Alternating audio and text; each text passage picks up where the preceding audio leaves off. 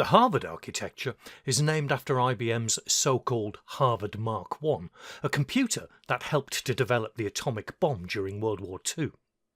In the Harvard Mark I, instructions were stored on punched paper tape, and data was stored in electromechanical counters within the CPU. The principle of storing instructions and data in different places became known as the Harvard architecture.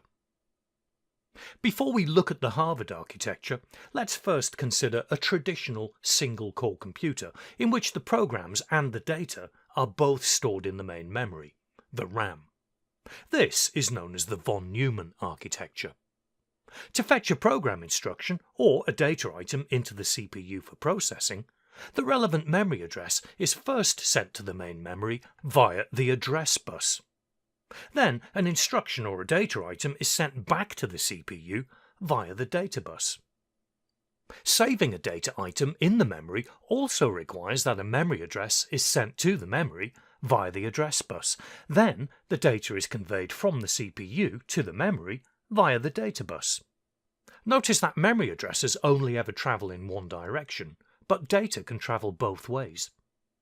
The fact that program instructions and data share the same memory and the same buses that connect the CPU to the memory means that they have to be fetched separately.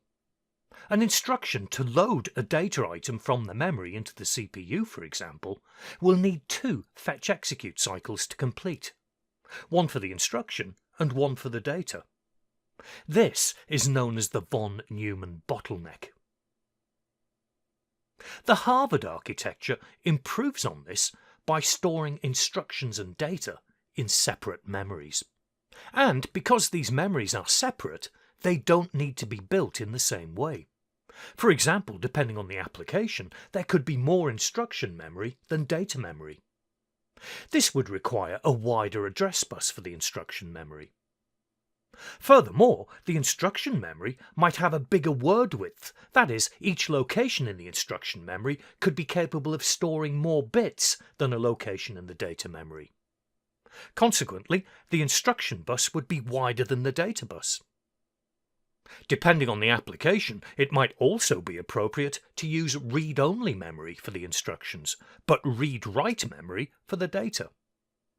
The Harvard architecture is most often found in digital signal processors.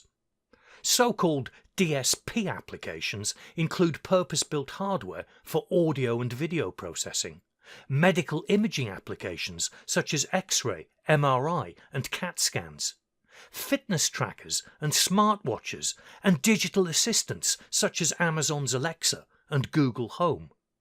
What these DSP applications have in common is the capture and digitization of analog information, followed by some form of processing of the digital signal generated.